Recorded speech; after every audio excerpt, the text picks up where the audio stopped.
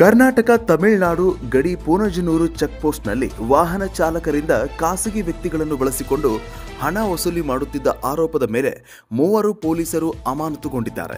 ಹೌದು, ಚಾಮರಾಜನಗರ ತಾಲೂಕಿನ ಪೂನಜನೂರು ಚೆಕ್ಪೋಸ್ಟ್ನಲ್ಲಿ ದಿನನಿತ್ಯ ಪೊಲೀಸರು ಖಾಸಗಿ ವ್ಯಕ್ತಿಗಳನ್ನು ಬಳಸಿಕೊಂಡು ವಾಹನದಲ್ಲಿ ಬರುವ ಸಾವಿರಾರು ಚಾಲಕರಿಂದ 50 ರಿಂದ 100 ರೂಪಾಯಿಗಳನ್ನು ವಸೂಲಿ ಮಾಡುತ್ತಿರುವುದನ್ನು ಕೆಆರ್ಎಸ್ ಪಕ್ಷದ ಕಾರ್ಯಕರ್ತರು ವಿಡಿಯೋ ಮಾಡಿ ಪೊಲೀಸರ ವಿರುದ್ಧ ಸಾರ್ವಜನಿಕ ಆಕ್ರೋಶ ವ್ಯಕ್ತವಾದ ಹಿನ್ನೆಲೆಯಲ್ಲಿ ಕರ್ತವ್ಯ ಲೋಪ ಎಸಗಿದ ಚಾಮರಾಜನಗರದ ಪೂರ್ವ ಠಾಣೆ ಎಎಸ್ಐ ರವೀಂದ್ರ, ಪೇದೆಗಳಾದ ಮಹೇಶ್ ಹಾಗೂ ಸುರೇಶ್ ಅವರನ್ನು ಅಮಾನತು ಮಾಡಿ ಎಸ್ಪಿ ಬಿಟಿ ಕವಿತಾ ಅವರು ಆದೇಶ ಹೊರಡಿಸಿದ್ದಾರೆ.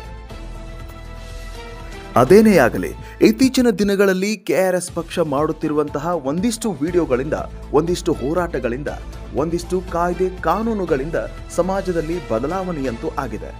ವರದಿ ಮಾದೇಶ್ ಉಪ್ಪಾರ್, ಪರ್ವ ನ್ಯೂಸ್, ಚಾಮರಾಜನಗರ.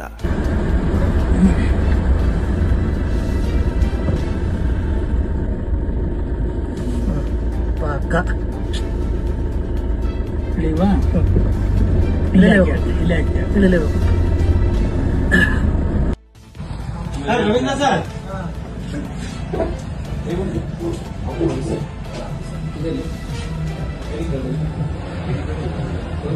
ತವನೆ ಎಷ್ಟು ಫೋಟೋ ಅವ್ರ ವಿಡಿಯೋ ಸಮೇತ ಇದೆ. ಎಷ್ಟೊತ್ತು ಬೇಕು ಅವ್ರು ಹಿಡಿಯಕ್ಕೆ?